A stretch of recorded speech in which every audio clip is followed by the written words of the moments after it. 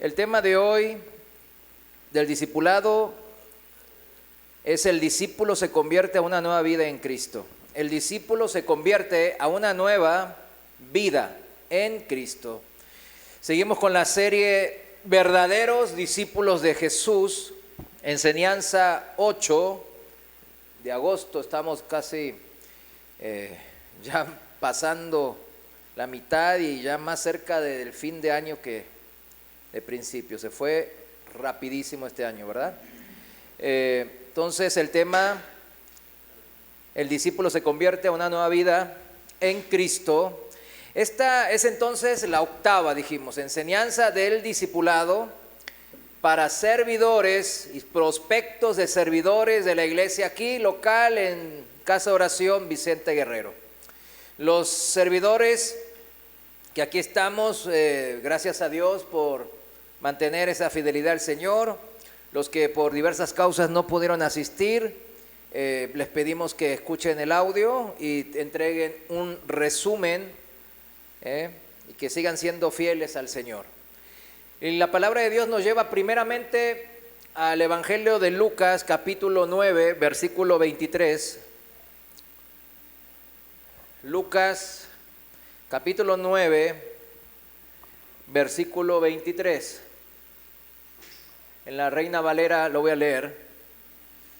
Y dice así el Señor Jesús: y decía a todos: si alguno quiere venir en pos de mí, niéguese a sí mismo, tome su cruz cada día y sígame. Porque todo el que quiera salvar su vida, la perderá. Y todo el que pierda su vida por causa de mí, la salvará. Amén. Y el apóstol Pablo hizo una interpretación de este evangelio claramente ahí en 2 Corintios capítulo 5. Lo voy a leer del versículo 15 en la Reina Valera.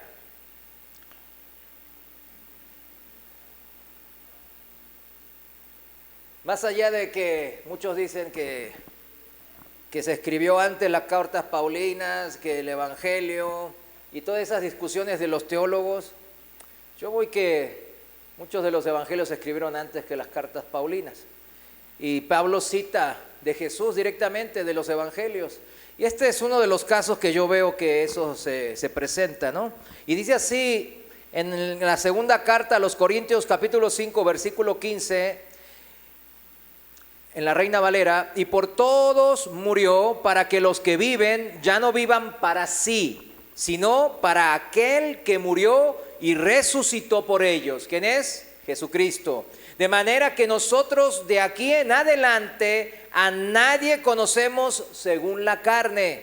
Y aun si a Cristo conocimos según la carne, ya no lo conocemos así. De modo que si alguno está en Cristo, nueva criatura es. Las cosas viejas pasaron, he aquí todas son hechas nuevas. Y todo esto proviene de Dios, quien nos reconcilió consigo mismo por Cristo y nos dio el ministerio de la reconciliación. Amén. Cuando la iglesia primitiva, la iglesia ahí comenzó, como está en el relato en el libro de los Hechos capítulo 2, en el día de Pentecostés. Esa fue una promesa de nuestro Señor Jesús, de que no se retiraran, no se esparcieran, sino que permanecieran en Jerusalén, porque el Señor quería que ahí mismo recibieran la promesa del Espíritu Santo y que la primera iglesia cristiana sea formada en la ciudad de David, en la ciudad santa de Jerusalén. Ese era el propósito de Dios, que sea Jerusalén como todo el ombligo del mundo. Como vieron geográficamente, Jerusalén está en el punto medio de lo que es el globo terráqueo. Y así también Dios, en el término espiritual, quería que Jerusalén sea el centro, el epicentro y el comienzo de una nueva era, la era de la iglesia. Entonces, en Hechos capítulo 2 vemos que esta iglesia, ¿cómo se inició? Y si vamos ahí a la escritura, yo para resolverlo más rápido, vemos que es un mover del Espíritu Santo, del Espíritu de Dios. Porque Esa era la promesa del Señor Jesús y así se cumplió. Vemos que ellos estaban en el aposento alto y vinieron vientos y lenguas de fuego, dice, y el Espíritu Santo les fue dado a todos los que estaban en ese aposento alto. Este es el mover del Espíritu Santo. La iglesia inicia, se desarrolla y va a terminar cuando el Señor regrese por ella, por su novia, todo en el movimiento, en el mover, ¿de quién? Del Espíritu Santo. Esa es la iglesia. Entonces nosotros debemos de entender como miembros de esta iglesia, del cuerpo de Cristo, nosotros ¿cómo debemos de movernos? En el Espíritu Santo. Por eso se nos dio, no para tenerlo aislado, nunca consultarle nada. Ya vimos que hace unos miércoles vimos que el Espíritu Santo era que una persona, no era una cosa, no era una fuerza, no era un poder, sino, claro, era una persona poderosa porque es Dios mismo, como nosotros lo llamamos en su tercera persona. Tres personas integran al Dios único, Dios todopoderoso, el Padre, el Hijo y el Espíritu Santo.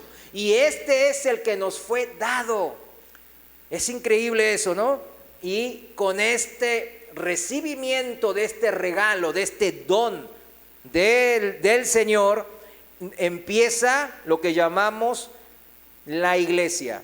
La iglesia comienza, se desarrolla y termina siempre en el mover del Espíritu Santo. Fue el mismo Espíritu de Dios el que inspiró, valga la redundancia, a los santos apóstoles y autores del Nuevo Testamento. ¿Se dan cuenta? Antes, cuando ellos hablaban de las Escrituras, cuando el Señor hablaba de las Escrituras en los Evangelios, ¿a qué se refería? A la Tanaj, ¿no? A lo que los judíos todavía siguen llamando, pues sus Escrituras. La Biblia de ellos es nomás el Antiguo Testamento. Ahora, el mover mismo de este Espíritu Santo debía tener eso, darle autoridad a estos santos inspirados para que poder hacer de este Nuevo Testamento, como lo llamamos nosotros, las Escrituras que parten después de la obra de Jesús en la tierra. Entonces tenía que darle esa autoridad. ¿Y qué autoridad le pueden dar? Sino la misma inspiración del Espíritu Santo.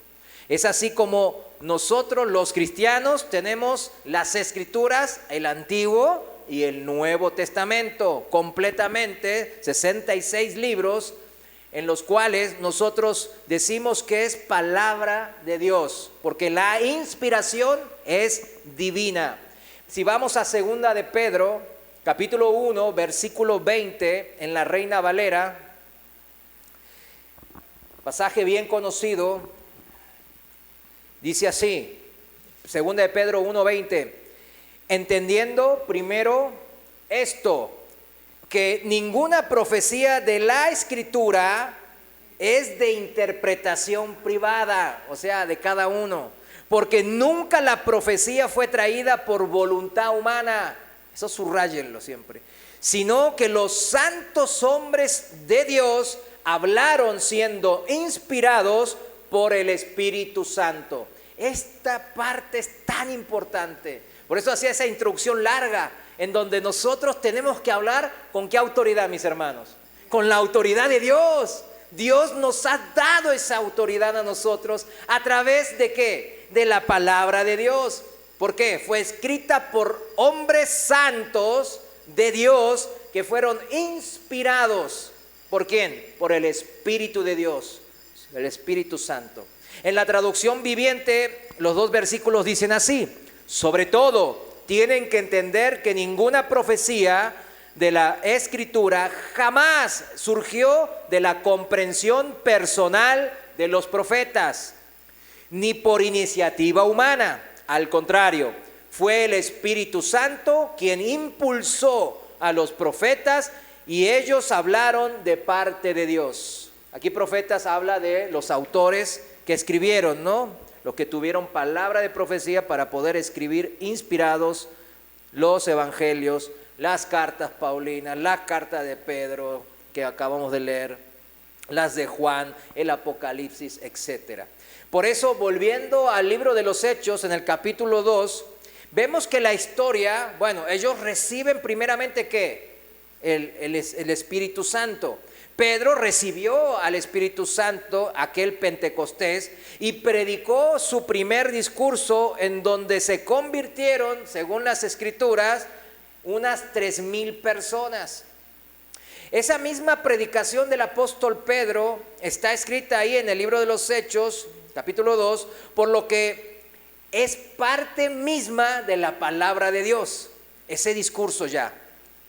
Esa misma predicación entonces tiene poder de convertirnos a una nueva vida y de llevarnos al arrepentimiento de nuestros pecados. Si vamos al pasaje en Hechos capítulo 2, versículo 37, sigo en la Reina Valera. Hechos capítulo 2, versículo 37, dice así la palabra de Dios. Al oír esto, ¿quién? La gente que estaba escuchando la predicación de Pedro. Se compungieron de corazón y dijeron a Pedro y a los otros apóstoles: varones hermanos, ¿qué haremos? Pedro les dijo: arrepentíos y bautícese cada uno de vosotros en el nombre de Jesucristo para perdón de los pecados, y recibiréis el don del Espíritu Santo. Número 1, oír la sana doctrina, la palabra de Dios. Número 2, compungieron de corazón, compungirse de corazón. Fíjense, este proceso del que estamos hablando es cómo ser ahora parte de esta iglesia, cómo ser parte de este mover del Espíritu. Primero hay que escuchar la palabra de Dios, la sana doctrina.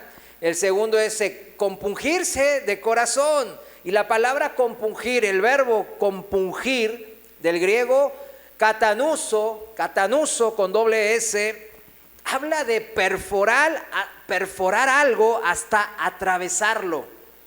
Eso es compungir. Figurativamente es agitar también violentamente, como herir en lo vivo. O sea, agitarlo de una manera que lo sacuda tremendamente. Ya con esos dos significados del origen etimológico de compungir, podemos ver bien claro a qué nos lleva esa palabra. No es un simple sentimiento o sentimentalismo. Está hablando específicamente de que algo atravesó mi corazón. Algo, yo venía así como todos los días en mi rutina diaria, y de repente la palabra de Dios como una espada me atravesó y llegó hasta lo más profundo de mi corazón. Significa, no me dejó indiferente. Me golpeó tan fuerte, me agitó tan fuerte que me hirió en lo vivo, dice. Esa es la definición de compungir. No la tomemos vanamente. Y tercero, dice que tuvieron la humildad, entonces, después de ser compungidos, de preguntar a quiénes, pues a los líderes, a los apóstoles en este caso, de preguntar qué deben de hacer.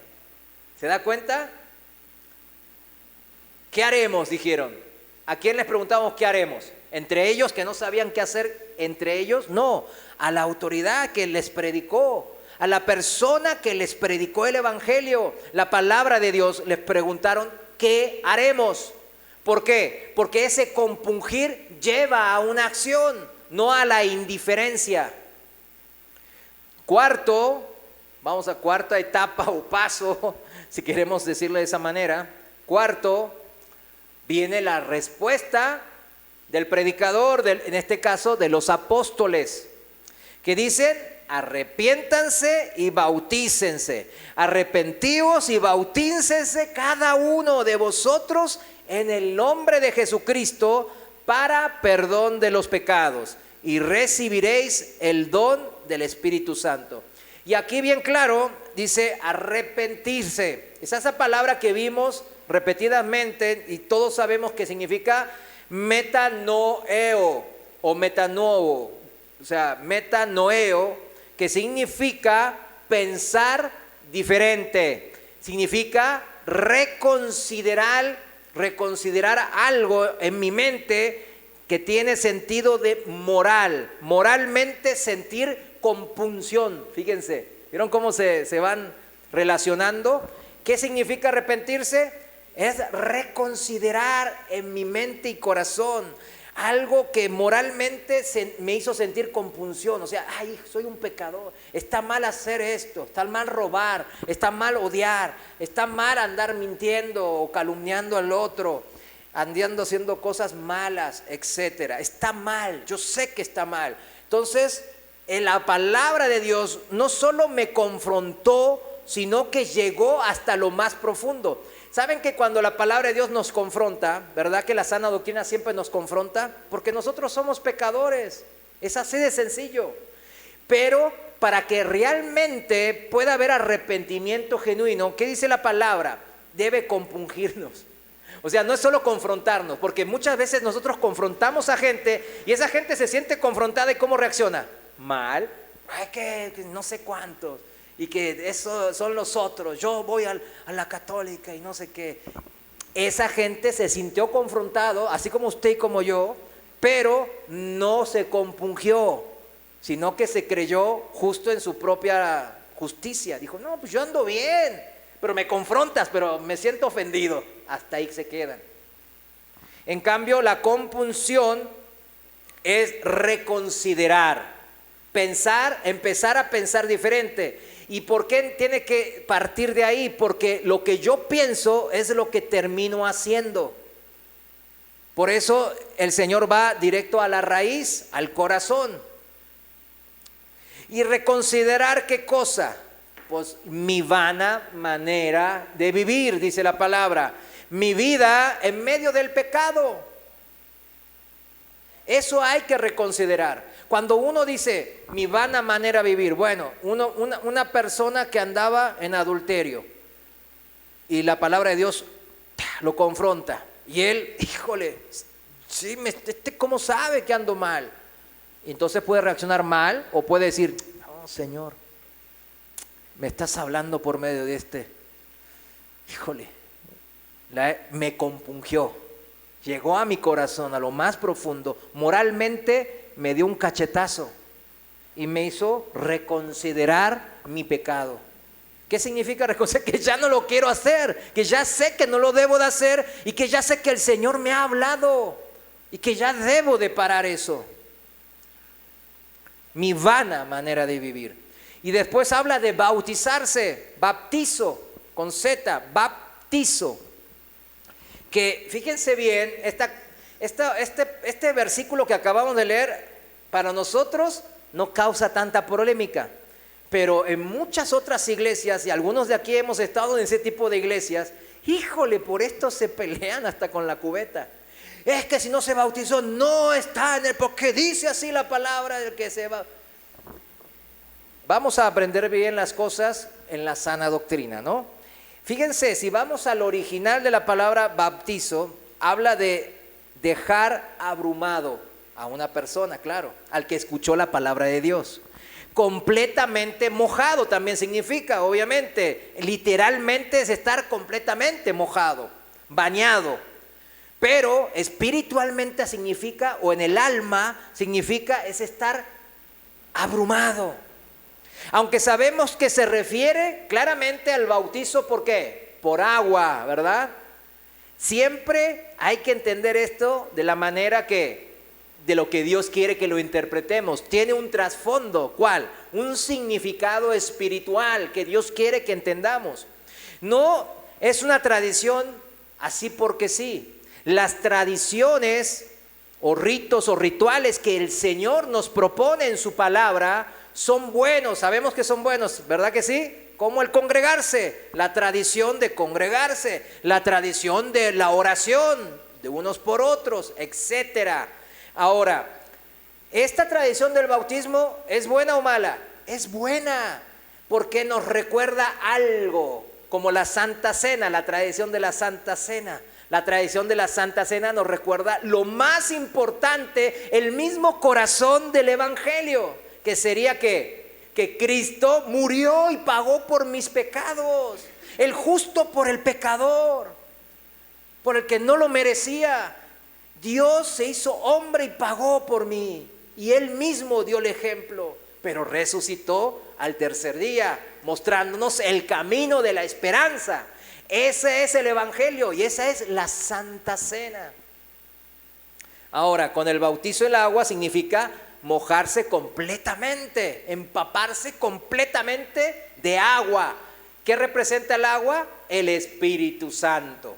Y por eso aquí habla de ese bautismo. Claro, por eso los apóstoles empezaron esa tradición, de bautizarlos, sumergirlos en agua. O sea, entra como pecador, sale como nueva criatura. Entonces, eso es simbólico de lo que el Señor ya hizo. ¿En dónde? En el corazón. Por metanoo, arrepentimiento, y antes de eso, compunción. Me compungí de corazón. Fui ofendido, pero entendí que yo soy pecador. Eso es la manera, la única manera. Entonces esta tiene una connotación espiritual, como toda buena tradición en la iglesia. Toda tradición de la iglesia es buena porque nos es dada por Dios. O sea, porque después hay cristianos que dicen, toda tradición es mala, la tradicional como ellos, andan en muchas tradiciones. No. Hay tradiciones buenas y malas. ¿De qué depende que sea bueno o malo? Que de si salió de Dios, de su palabra o no. Porque hay muchas tradiciones de los hombres, inventadas por los hombres. Esas no son buenas. Pero las tradiciones que Dios nos manda son buenas porque nos recuerdan el trasfondo espiritual. Amén.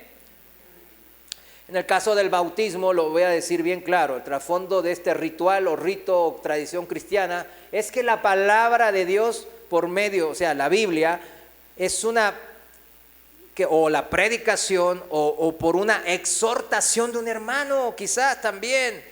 Esa palabra de Dios viene cargada de poder, viene con un cargo de poder tremendo. ¿Por qué? Porque no solo nos cambia a través de ¿qué? Del Espíritu Santo. Primero al compungir, derribar nuestros argumentos se derriban, ¿vieron? Como las murallas de Jericó, ¡frum! Y ya así desnudos, sin poder defendernos con nuestros propios argumentos tontos, Dios entra a nuestro corazón y nos cambia y nos hace nueva criatura en Cristo. Ese es el proceso que Dios puso esta vez en mi corazón, porque me mostraba de que pues hay servidores de que no son cristianos. Entonces, híjole, y bueno, cuando preparaba todo esto yo estaba en oración por no sé, Dios sabe quiénes son o si hablaba de esta congregación o de otras que también conozco. Pero sí, necesitaba el Señor que se predicara esto. Entonces esa palabra nos ha compungido de tal manera que estamos totalmente abrumados por tanto amor inmerecido de parte del Dios Creador. Es tal esa abrumación que ya no quiero vivir ofendiéndole. No quiero pecar más contra ese Dios que me ha demostrado un amor tan grande. Ya eso no entra. Claro, al principio los bebés cristianos en lo espiritual se batalla. Por eso después vamos a ver de que por eso nos llama a congregar, ¿no?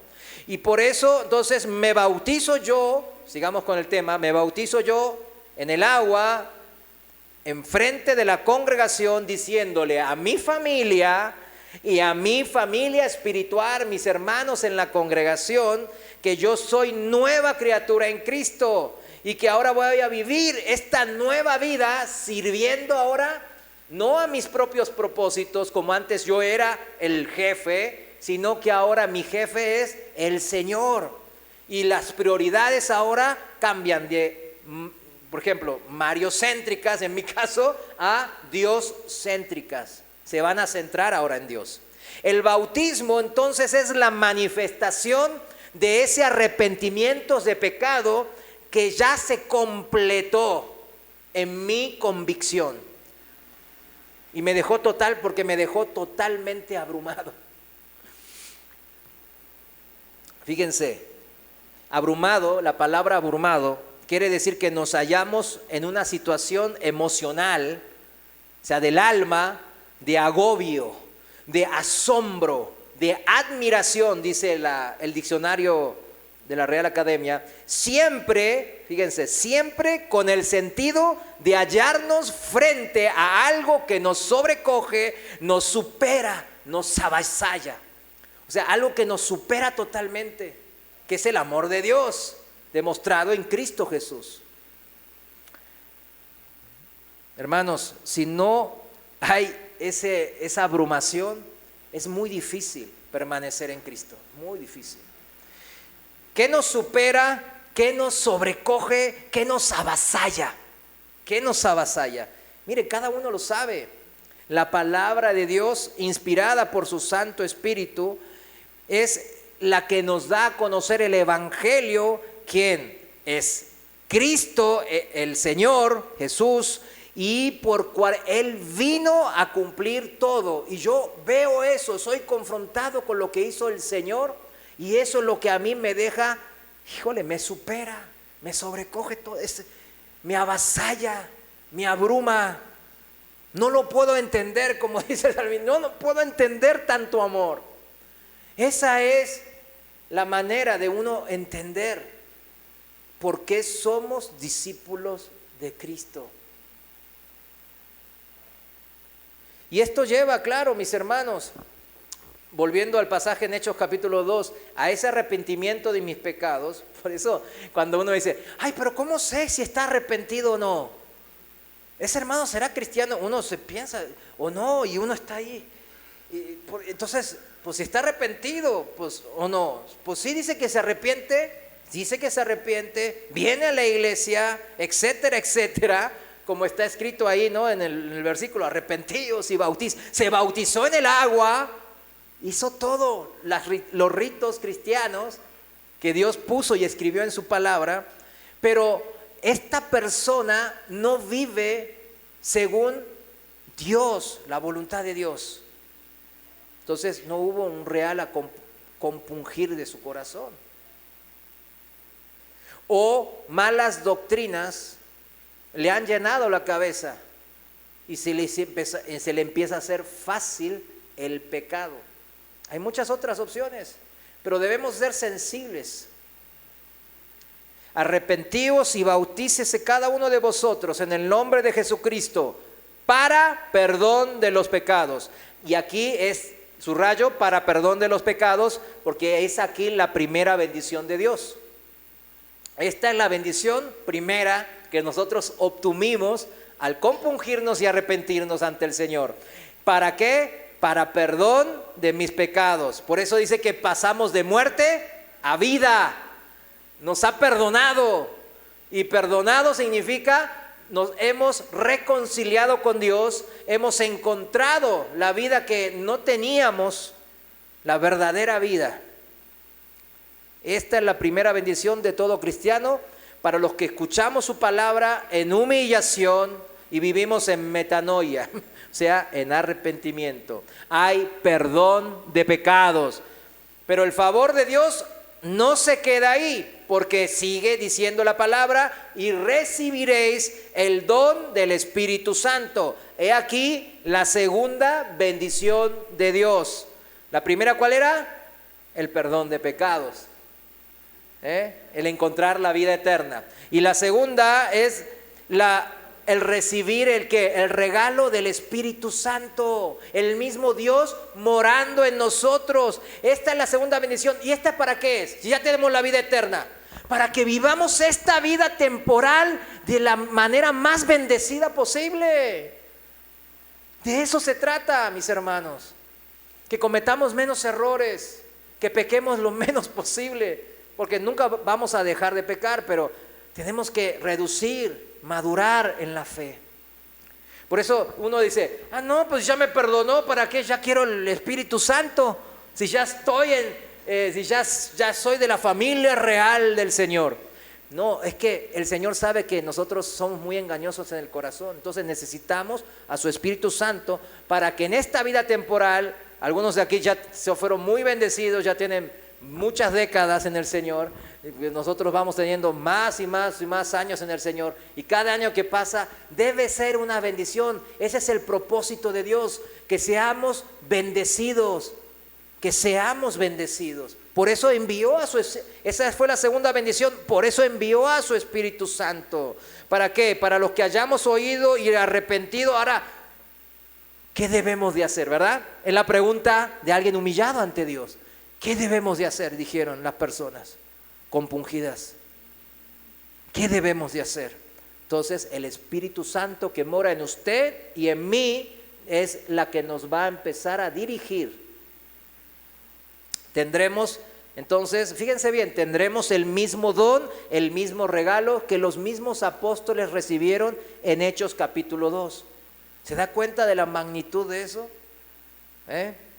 Aclaración, es mismo don, que es el Espíritu Santo, pero no todos tenemos el mismo llamado. Eso es otra cosa, ¿no? Sigamos ahí en Hechos capítulo 2, versículo 39. Y dice así, porque para vosotros es la promesa. O sea, ¿para quiénes? Para los que hemos creído, arrepentido, y para vuestros hijos, y para todos los que están lejos, para cuantos el Señor nuestro Dios llamare. La promesa del don del Espíritu Santo, de ser parte de la familia de Dios, es para quiénes? Para los rebeldes, para los enemigos de Dios, para mí y a mis hijos, dice aquí bien claro.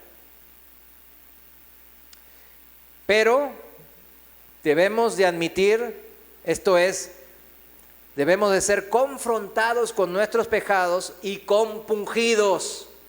Pero que esto se entienda bien, no es solo ser confrontados, sino compungidos. Yo tengo mi ejemplo en esto. ¿Cuántas veces con los CD del Pastor Chuy de antes me confrontaban? Muchísimas veces. Lo ponía y hasta me daba bronca. Pero lo ponía, ¿no? Pues lo ponía porque sabía que eso era lo bueno, pero me daba bronca. Y yo no lo conocía, pero decía, es como que él me leyera la mente, me decía. Y me daba bronca, me enojaba muchas cosas que decía. Fíjense, pero entonces no era compungido, estaba en ese proceso. Después ya empecé a entender y me empecé a compungir. Entonces hubo ese arrepentimiento que se manifestó en un cambio de mente, de vida, ¿está bien? No en un mejoramiento de mi vida, sino lo viejo desechado para poder abrazar lo nuevo. No es mejorar lo antiguo para seguir ahí haciendo una mezcla. Acuérdense, el Señor dice, el que conmigo no es, pues, desordena. O sea, Él lo pone bien claro, o es blanco o es negro. Versículo 40. Y con otras muchas palabras testificaba y les exhortaba Pedro diciendo, sed salvos de esta perversa generación. Necesitamos, como aquella primera generación en Pentecostés, continuar nosotros también escuchando la sana doctrina, escuchando y viendo y siendo testimonios y ser exhortados, confrontados, porque seguimos pecando. Versículo 41. Así que los que recibieron su palabra fueron bautizados. Está haciendo un resumen de lo que acabamos de mencionar. Los que recibieron su palabra se compungieron, se arrepintieron, se bautizaron. Pero aquí habla de las dos, también en el Espíritu, no solo en el agua. Y se añadieron aquel día como 3,000 personas. Y perseveraban en la doctrina de los apóstoles, en la comunión unos con otros, en el partimiento del pan y en las oraciones. Luego de convertidos, oímos la palabra, nos compungimos de corazón, hubo arrepentimiento y un bautizo del Espíritu Santo al recibir el don prometido. Ya ¿Siguieron ahí sus vidas como estas personas, no estos 3,000 personas? ¿Siguieron sus vidas como lo venían haciendo? Claro que no. Ellos fueron renovados a una nueva vida. Ya vimos que así no era.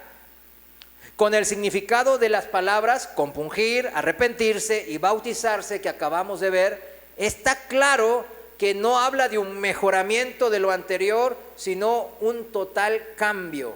Vimos que tenía todo esto una connotación espiritual. Sus vidas nuevas en Cristo, número 1. Ahora, ¿cómo vivían ellos? Número 1, ahí dice la palabra, perseveraban en la doctrina de los apóstoles. Número 2, perseveraban en la comunión unos con otros. Número 3, perseveraban en el partimiento del pan y las oraciones. Se puede separar también en el cuarto y las oraciones también, ¿no? En 4 si quieren. O yo lo separé en 3. El tercero era, perseveraban en el partimiento del pan y las oraciones. ¿Cuál es el verbo común a mi nueva vida en Cristo, mis hermanos? Perseverar, ¿verdad que sí? Ese es el verbo común, la acción común que la palabra de Dios nos está ahora exhortando. Perseverar. En el diccionario secular así dice de esta palabra perseverar: mantenerse constantes en la prosecución de lo comenzado, en una actitud o en una opinión. Otra definición secular de perseverar dice durar permanentemente o por largo tiempo. ¿Se da cuenta perseverar lo que es? Ahí ya nos da otra idea, bien claro, ¿no? Si vemos a los hermanos que son inconstantes, hay un problema ahí. Por eso el trabajo de los líderes, de los pastores, es de acercarse a esos hermanos y decirles, porque quizás tengan otras voces aquí en su mente, o sea, malas doctrinas, doctrinas de hombres, doctrinas de demonios. Por eso hay que predicar la sana doctrina y nosotros el trabajo es cerciorarse de que esos hermanos en Cristo en verdad tengan la sana doctrina bien dentro de ellos. Porque si tengo mala doctrina dentro mío, por ahí fueron nacidos de nuevo, pero el Espíritu de Dios obviamente no anda peleado con esa mala doctrina que mora en mi corazón y en mi mente. Debo entender eso. Entonces mantenerse constante es perseverar. ¿En qué? En lo que yo he comenzado, en esa nueva actitud, en esa nueva vida. Y durar permanentemente o por largo tiempo. También tiene que ver la carrera, que dijimos que la carrera de fe era un maratón. Si vemos que ese hermano está ahí 200 metros, órale, qué hombre de Dios, y de repente desaparece, híjole, ¿qué onda? ¿Qué le pasa? ¿Por qué? ¿Por qué no puede perseverar si tiene el Espíritu Santo? Volvemos, quizás no lo esté escuchando. No digo que no sea cristiano, no está escuchando el Espíritu Santo, está escuchando más a su corazón o una mala doctrina. En la raíz etimológica, o sea, en el griego koiné, en donde se escribió el Nuevo Testamento, la palabra perseverar aquí, en Hechos capítulo 2, significa persistir, estar listo, asistir, atender, ser constantes. Pues está muy parecido, ¿no?, a lo que decía el diccionario. También en términos más amplios significa constantemente ser diligente. ¿Constantemente ser qué? Diligente. O en un lugar asistir asiduamente a todos los ejercicios. El ejercicio espiritual es la congregación. Nosotros hoy hemos sido fieles y hemos asistido. ¿Qué? Diligentemente, asiduamente. O constantemente diligente a una persona, que significa adherirse estrechamente como su servidor. ¿De quién hablamos? De Jesucristo. Como bien dijo recién al principio el hermano Dago, pues somos siervos de Cristo. al Señor servimos, a Dios. Diría alguien, ay, por Dios, entiendan. Servimos al Dios único, todopoderoso. Es magnífico, es alegría. Y sí, como también dijo el hermano Dago, a veces venimos aquí y estamos de malas. Tuvimos muchas cosas en la casa, en el trabajo, en la calle, etcétera. Pero cuando inmediatamente entramos en la diligencia del servicio a Cristo, empieza la paz y el gozo a sobreabundar en mi ser interior. Amén. Esto es algo que debemos de experimentar, mis hermanos, en el servicio a Dios. ¿Se dan cuenta de que el cristianismo para nada tiene que ver con lo de eso, de esa doctrina de hombres de una vez salvos, siempre salvos? Nada que ver. La misma Biblia lo refuta, porque el accionar principal, el verbo que nos rige al cristiano, ¿cuál es? Perseverar. Pero si yo haga lo que haga, Dios pues ya me convertí por esa oración que hice hace muchos años, no persevero, soy cristiano. La palabra dice que no. Está claro. Hay que perseverar, pero ahora vamos a ver en qué. Hay que perseverar en qué. En la fe de Cristo. No en mi propia justicia, como son los religiosos. Permanecer significa permanecer confiando en el Señor Jesús, pase lo que pase. Seguir corriendo la carrera de la fe ante cualquier circunstancia. Ser constantes en mi servicio al Señor, porque yo sé, estoy consciente de quién me ha llamado a ese servicio. No me ha llamado el pastor o el hermano tal, fulano de tal. No. Me llamó el Señor. Y aunque esté lo que sea que haga, usted se va a contar nomás cuántos llegan a la congregación. Ese es su ministerio. Gloria a Dios. Hágalo con gusto. Y el Señor le va a bendecir en eso que está haciendo. Y va a bendecir. Él no bendice, bendice sobreabundantemente, dice. Siempre Él bendice más de lo que nosotros pedimos. Siempre. Repetimos, nuestras vidas nuevas en Cristo se basan en, número 1, perseverar en la doctrina de los apóstoles, perseverar en la comunión unos con otros, y número 3, perseverar en el partimiento del pan y en las oraciones. Número 1, perseverar en la doctrina de los apóstoles. La doctrina de los apóstoles. Ah, caray, ¿no era que era la doctrina de Jesús? Esta, vamos a ver que obviamente está relacionada, ¿no? La doctrina de los apóstoles es la doctrina de su maestro, que es Jesucristo. ¿Qué es la doctrina de los apóstoles? Esta es la que está escrita en el Nuevo Testamento, como dijimos al principio, en el Nuevo Testamento, el nuevo canon, como dicen los teólogos, porque antes decían que nomás hasta Malaquías, pero después los apóstoles, inspirados por el Espíritu Santo, siguieron un canon hasta el libro de Apocalipsis, 27 libros más que Dios inspiró para vivir hasta los tiempos de su regreso. Entonces, la doctrina de los apóstoles es el Nuevo Testamento, comenzando por los 4 evangelios. Dice así la palabra en 2 Timoteo 3:16. No lo busque. Toda la escritura es inspirada por Dios. Y esto es palabra de Dios. No es que nos da la duda de que algo sí y algo no, sino que toda la escritura es inspirada por Dios. Y aquí incluye que tenemos que tener la confianza de que Él sabe guardar su palabra.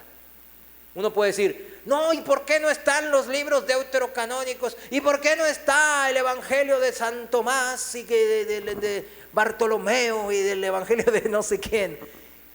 Porque el Señor no lo quiso que estén, porque eran basadas en doctrinas de hombres, como los gnósticos. Y el Señor supo. ¿Cuántos creemos que el Señor tiene poder para saber guardar su palabra?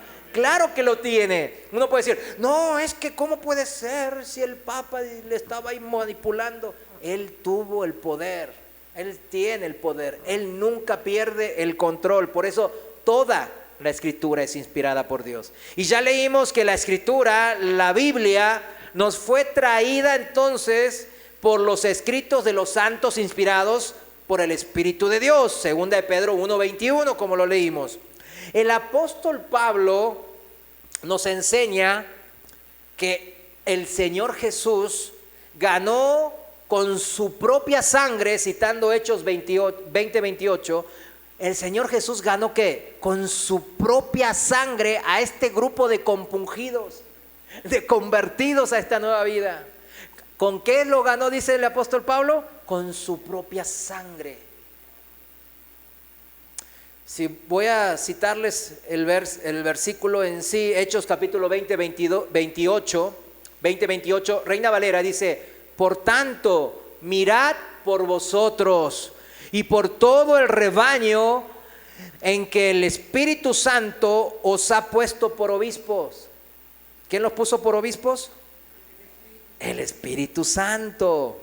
El Espíritu Santo los puso por obispos para apacentar la iglesia del Señor, la cual Él ganó por su propia sangre. Importante. Y esa sangre de Cristo representa que no es la sangre, volvemos a lo mismo, porque hay gente que dice que la sangre de Cristo tiene poder en sí. Los que estuvimos el miércoles sabemos que tendemos a idolatrizar todo lo que el Señor utiliza, ¿no? Hasta los grandes hombres de Dios, ¿recuerdan? ¡Ay, el gran Lutero, el gran San Agustín, el gran Pablo! Y hay muchos que se dicen paulistas. Yo soy paulista. ¿Qué es eso? ¿Vienes de Sao Paulo, Brasil o qué? O sea, no entiendo. Yo soy de Cristo, soy cristiano, no soy paulista. Pero hay algunos cristianos ahora, ahí hay un grupo que se dicen que son paulistas, porque fueron las cartas de Pablo que los convirtieron. Híjole, ¿se acuerda uno que se peleaban ahí en Corintios? No, yo soy de Pablo, yo soy de Pedro, yo soy de Cristo. Nada que ver, mis hermanos. Fíjense bien, la sangre de Cristo, hay gente que dice que la sangre de Cristo, por la sangre de Cristo somos salvos. Pero esa es una manera de decirlo en forma, vamos a decir, poética, ¿no? O un eufemismo, para decir que la sangre de Cristo, ¿qué representa? Las obras perfectas realizadas del Señor. Que la culminación, la cumbre de todo eso, ¿qué es?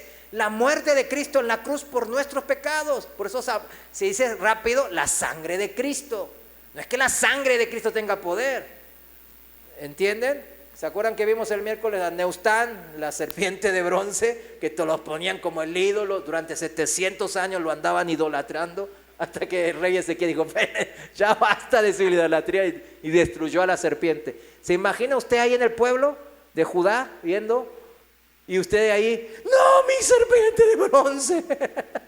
¿Por qué lo hiciste, rey Ezequías? O sea, debemos entender, puestos nuestros ojos en el autor y consumador de nuestra fe. ¿Quién es? Jesucristo. O sea, cuando hablamos que Él la ganó por su propia sangre, es que las obras del Señor Jesús. Por lo cual, si nosotros al escucharla, el Evangelio, las obras de Jesús, lo creemos, nos compungimos, nos arrepentimos, entonces somos nuevas criaturas en Cristo.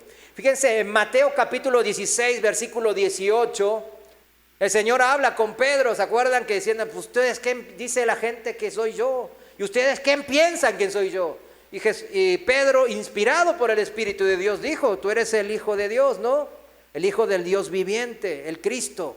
Pero dice ahí en el versículo 18, en la Reina Valera contemporánea: y yo te digo que tú eres Pedro, y sobre esta roca, señalándose así, edificaré mi iglesia, y las puertas del Hades no podrán vencerla. ¿La roca quién es? Cristo. Cristo y sus palabras de vida eterna. Cristo y sus obras de amor, sacrificio para salvación a todo aquel que en Él crea. Si se le dice y se le dice a Pedro, ahí en Mateo capítulo 16, 18, Cristo le está hablando a Pedro. ¿Y quién fue que vimos aquí en Hechos capítulo 2? El que empezó la primera predicación, y abrió, entre comillas, espiritualmente hablando, las puertas. Dios lo utilizó como su instrumento primer pastor predicando, Pedro. Por eso no era casual que Cristo en Mateo 16 le haya dicho específicamente a Pedro. Pero la roca, el fundamento, la doctrina, el pensamiento en quien se basa la iglesia no es Pedro, ni es Pablo, ni es Apolo, ni nadie, sino que es Cristo. Amén. Entonces esa es la sana doctrina. La sana doctrina es la que los apóstoles predicaron, como vimos en Hechos capítulo 2, el apóstol Pedro, y nos han enseñado generación a generación hasta el día de hoy. Esa es el perseverar en la doctrina de los apóstoles, porque ellos son nuestro ejemplo, que ellos basaron ese ejemplo a su vez en Cristo. Esa sana doctrina es la que tiene real poder de salvación, la que convierte a una nueva vida y en la que da crecimiento, o vamos a decirlo así, que da seguimiento a nuestras vidas en Cristo. Es un seguimiento que el Señor nos da a través de la sana doctrina, porque cada vez que alguien nos predica la palabra o leemos la palabra de Dios, la Biblia, luego, híjole, aquí me estoy desviando en algo, aquí ando mal en algo, en esto, en lo otro, y nos va rectificando, nos va dando ese seguimiento que necesitamos imperiosamente cada día. Número 2, perseveraban en la comunión unos con otros. Sigamos recordando el significado del verbo perseverar. Ténganlo ahí en la mente, perseverar, constancia, diligencia hasta el fin. Darle, ¿no? Mantenerse y permanecer en la sana doctrina. Acuérdese eso, ténganlo en mente.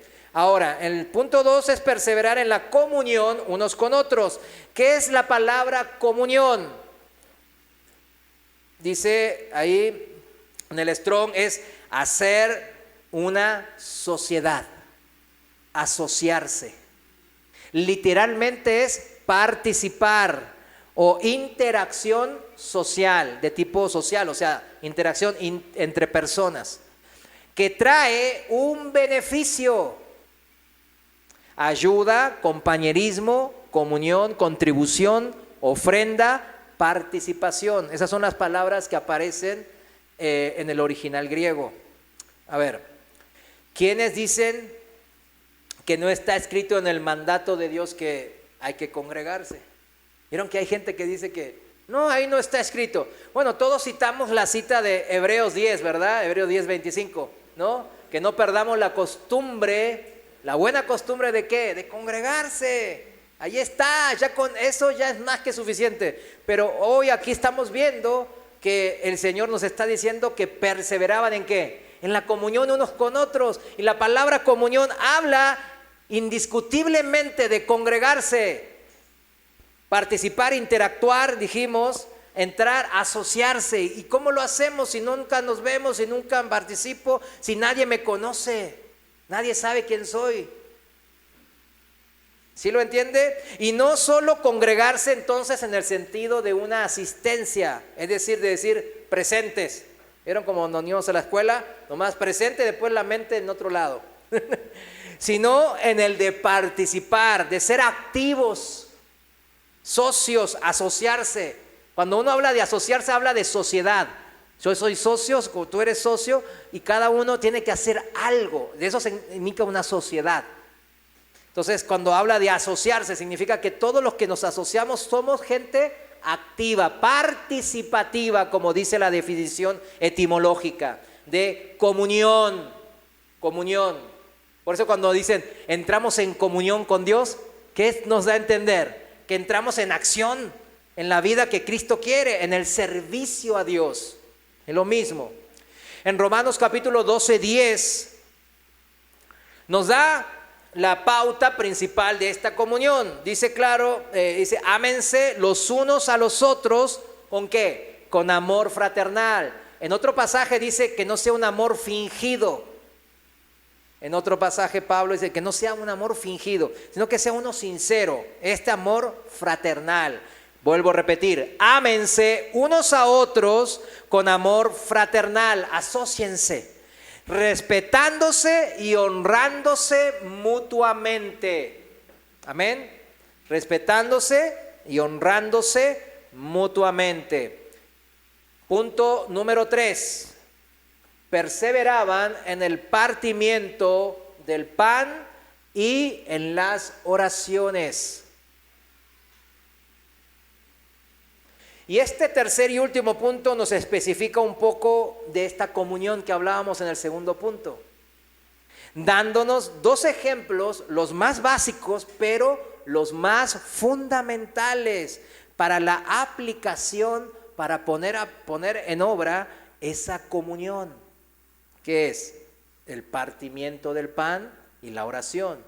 El partimiento del pan es literal lo que significa compartir, partir, o sea, para compartir, no partir para comérmelo de a poquito yo, sino compartirlo para comerlo juntos, en esa asociación, comunión mutua.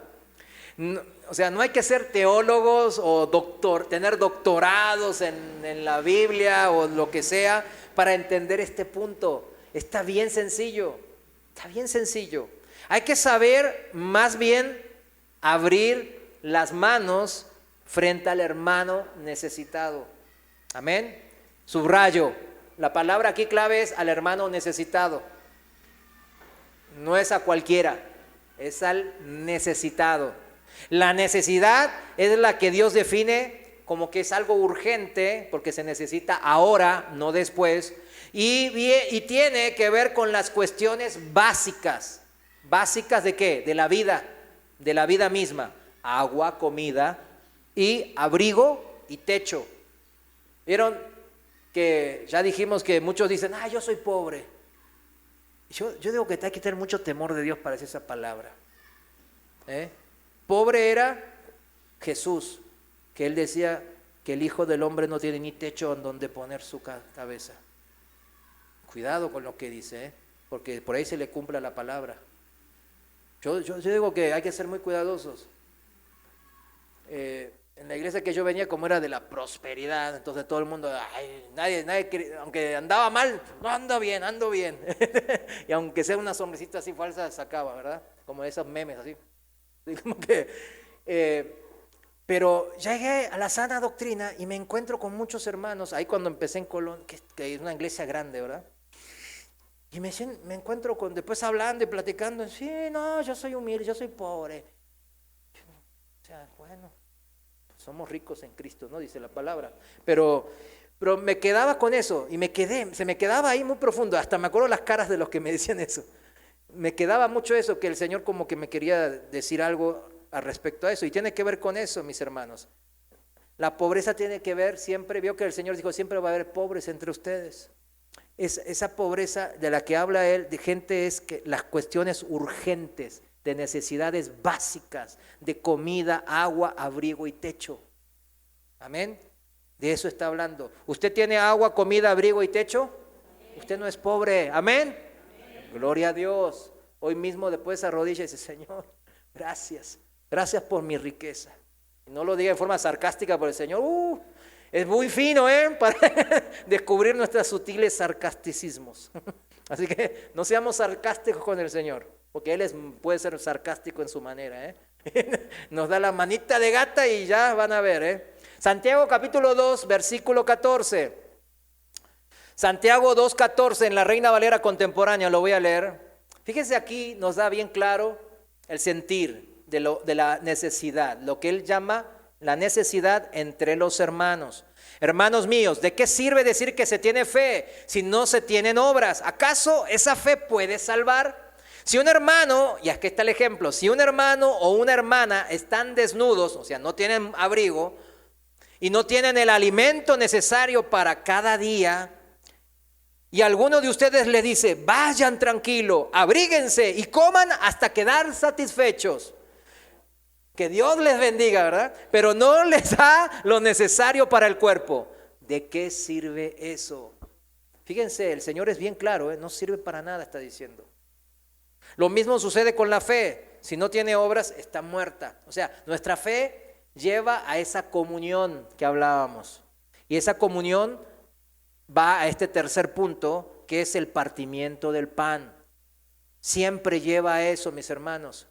Tanto el que da como el que recibe no se tiene que avergonzar de nada, porque está participando de la obra de Cristo. Al contrario, tiene que ser agradecido por poder participar, ser partícipes de las bondades de Dios, tanto al recibir como al poder dar.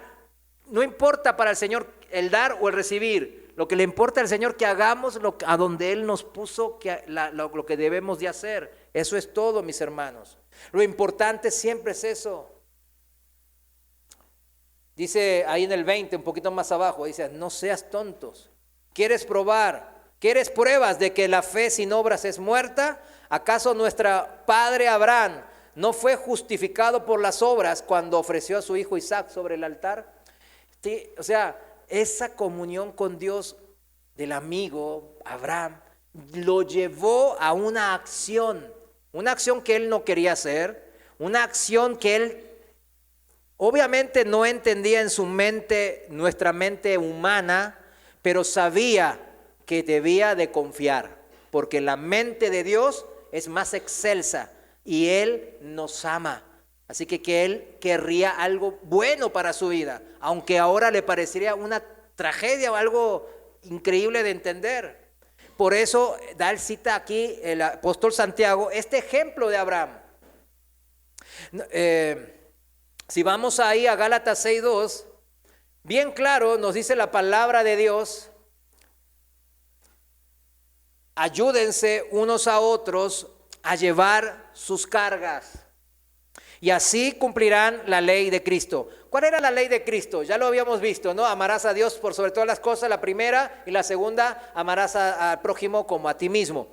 Entonces, necesitamos cumplir esa ley, y por eso dice aquí bien claro, en un término coloquial, el apóstol Pablo dice, ayúdense unos a otros. O sea, no la compliquen, ayúdense unos a otros a llevar sus cargas. Sencillo, es una ayuda, mis hermanos, es una ayuda.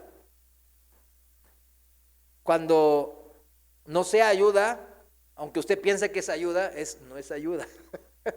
No sé si me entienden. Pero para que sea ayuda, debe de ser realmente, primeramente, una carga para el hermano. A veces intentamos ayudar a un hermano, pero nos estamos entrometiendo en el trato de Dios. A eso me refiero.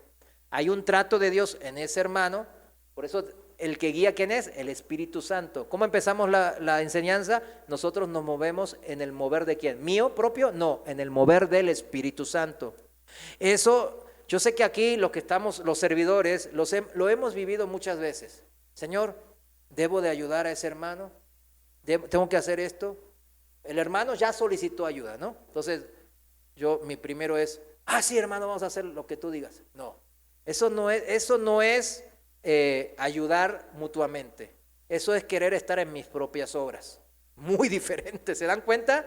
Por ahí a los ojos de los hombres se veía igual. Mira, el hermano ayudó al otro, luego, ay, qué servicial.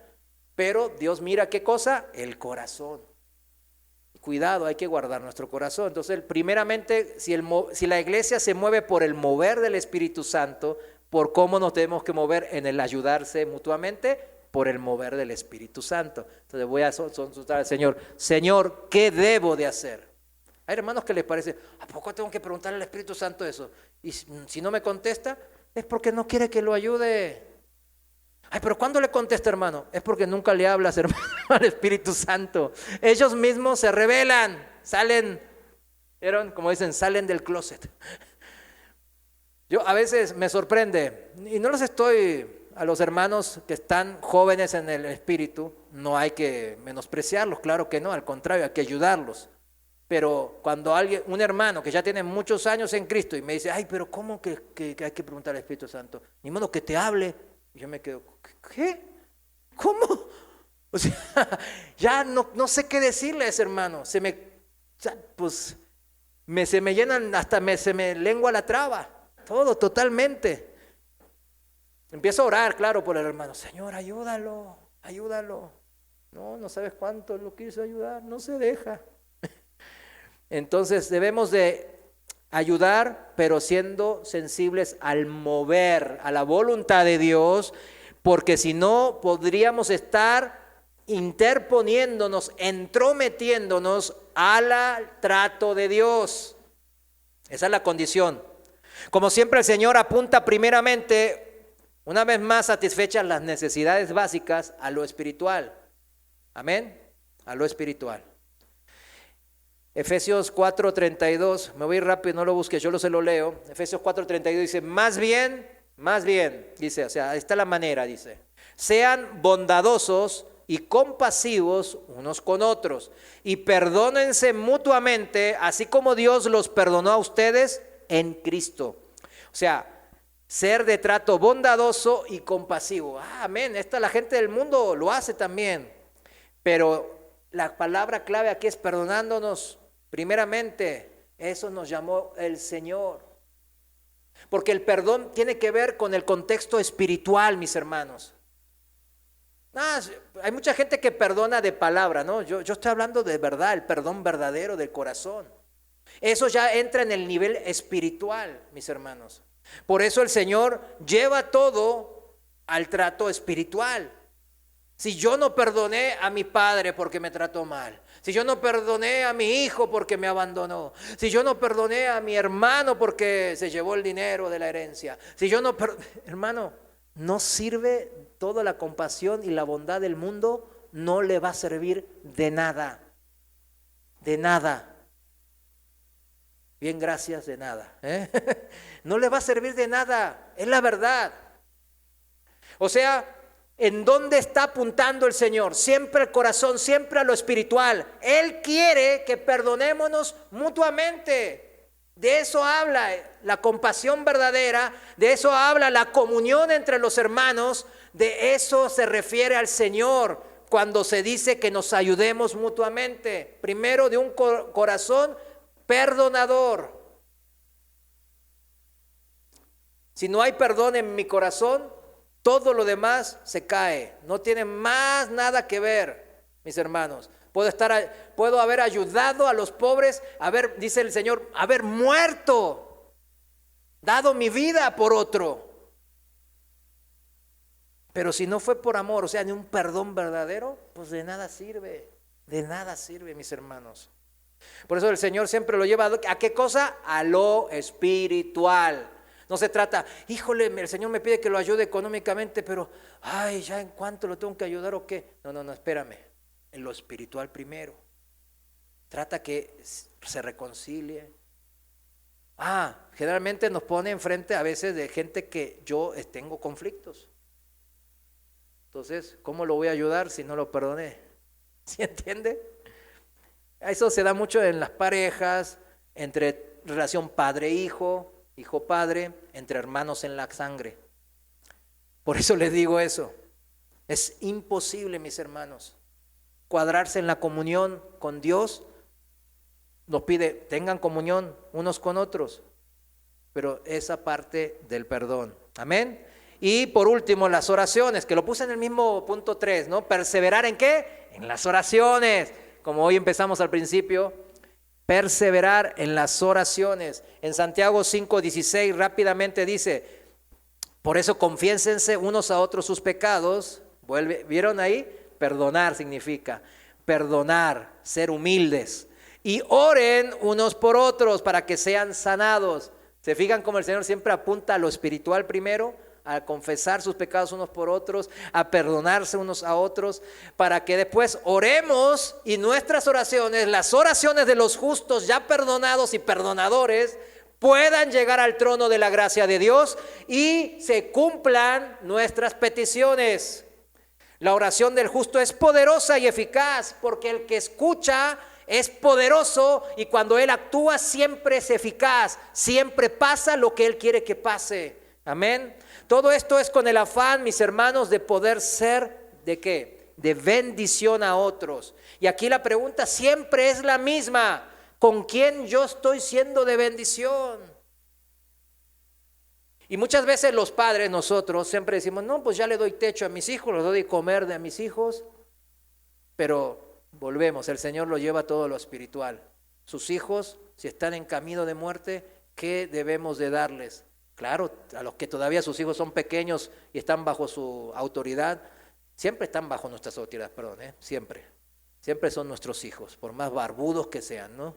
O sea, y por más que sean abuelita mi hija, pero lo que me refiero es techo, comida, pues eso es parte básica. ¿Tiene que ver con qué? Con la vida de este mundo, ¿verdad? En esta vida temporal. ¿Para eso qué nos dio el Señor?